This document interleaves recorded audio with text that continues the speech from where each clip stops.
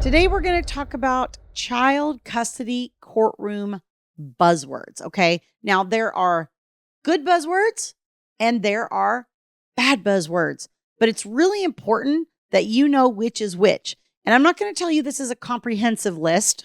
I don't even know that I could possibly do that.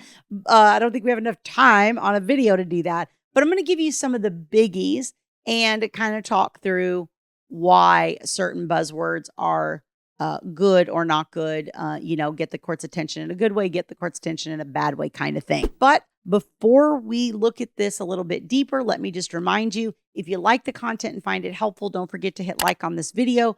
Also, subscribe to the channel so that you get notified as new videos are released. And if you know someone that could really benefit from this video, send it to them. Share it on Facebook.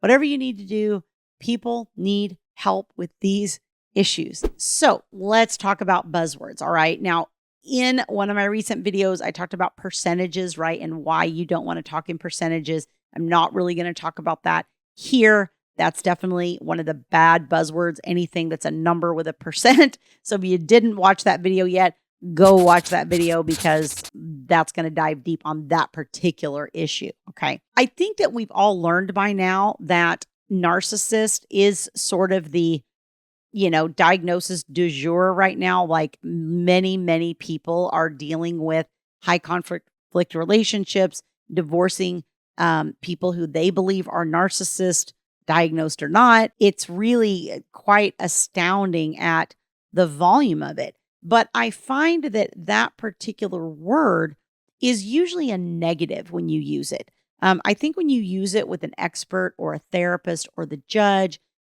I had a therapist tell me one time that their first thought when somebody uses the word narcissist is, what's wrong with this person that they have already diagnosed the other person as a narcissist? Okay.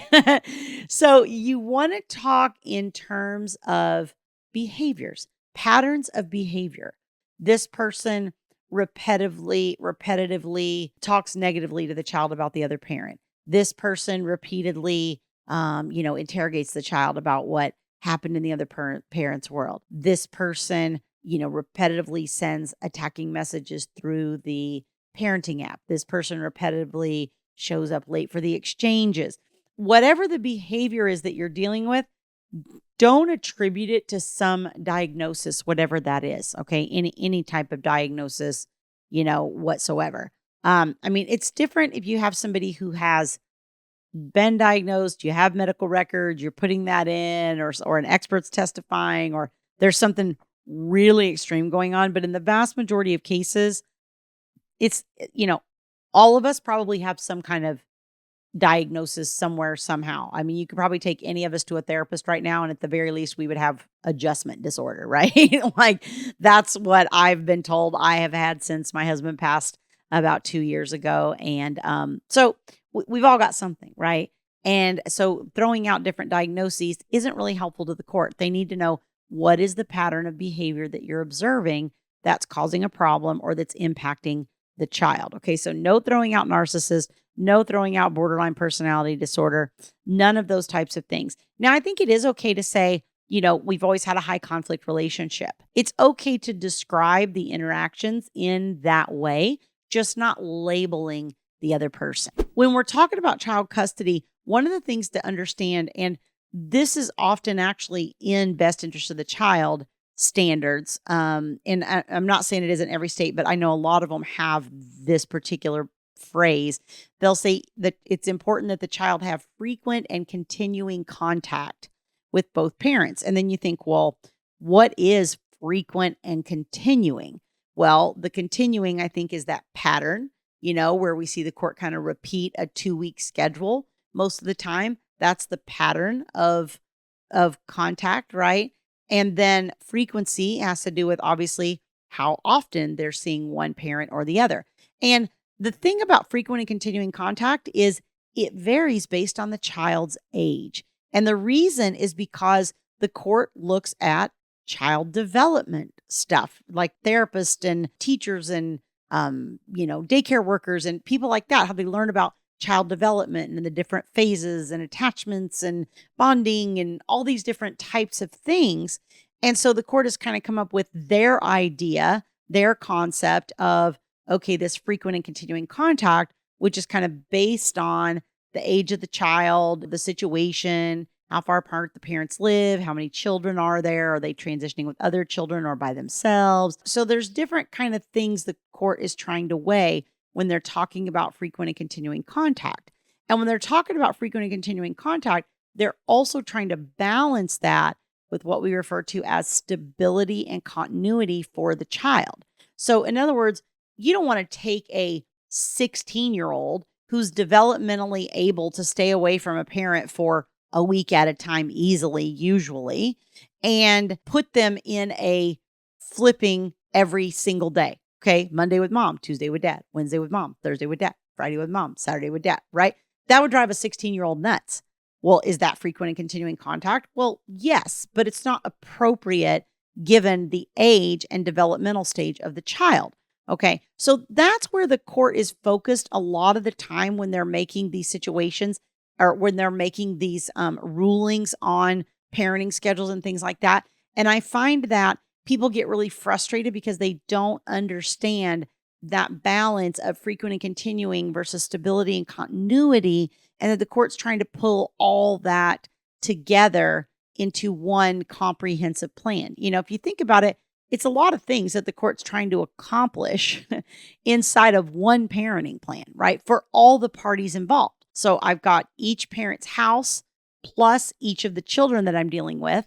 And how do I, craft something that is going to meet the needs of all of these people? That's a pretty taxing job for a judge to do if you think about it in that way. Let's talk about another buzzword. And I think that is when somebody says the other person is lying. And I think this is a negative buzzword. And I know that we do feel like they're lying a lot of the times, but it's not good for you to just go, oh, they're lying. Okay, that just becomes, oh, they say one thing and you say another. Doesn't really help your judge. Okay, you think they're lying. They think they're not. Therefore, what? Okay, you're better off to come in with, hopefully, you're documenting, you're doing things that I talk about on this channel, and you're able to come in and just say, oh, in regards to item number 12, where they say on this date, they showed up at this time, at this place, blah, blah, blah, blah. I have this picture of their car at this time on a different date, or on that same date, but no, they were 30 minutes late. Here's the picture, whatever. And you start to have concrete pieces, which is what we're trying to build. Concrete pieces of evidence that shows that what's in their declaration is a lie. So it's not just you saying it's a lie, right? It's you showing, okay, well, they're saying this, but here's all the things I have. And then you want the judge in their head to go, oh, somebody's lying, or somebody doesn't remember, or somebody, whatever it is. You want the judge to draw that conclusion themselves. You don't want to draw the conclusion for them. You want to provide the counter evidence to pull apart that version of facts so that the judge reaches the conclusion that they're lying, instead of you just coming in and saying they're lying. Because I am telling you, they're lying is the very first thing that comes out of a large percentage of people's mouths in regard to court declarations and writings and all of that kind of thing. So that particular buzzword is not going to help you. I hope that helps. I hope that gives you a few little quick and dirty tips that you can kind of use when you're in the courtroom that are going to impact the scenario in a positive or a negative way. If it's negative, don't use it. If it's positive, then use it.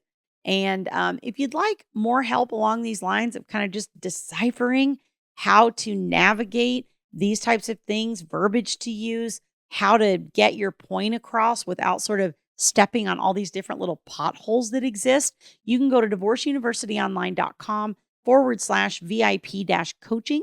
There's information on that page on my group coaching programs for moms and for dads. And there's also information on my premium VIP one-on-one coaching services.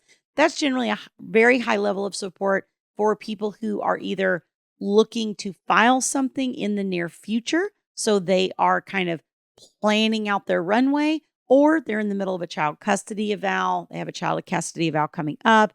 they have a DV going on, there's an attorney for the children involved. Any of these types of complicating factors is generally somebody that needs that higher level of support. So I would love to be able to provide that for you. And thanks so much for joining me. We'll grow in number, fueled by them to see the horizon, turn us to thousands.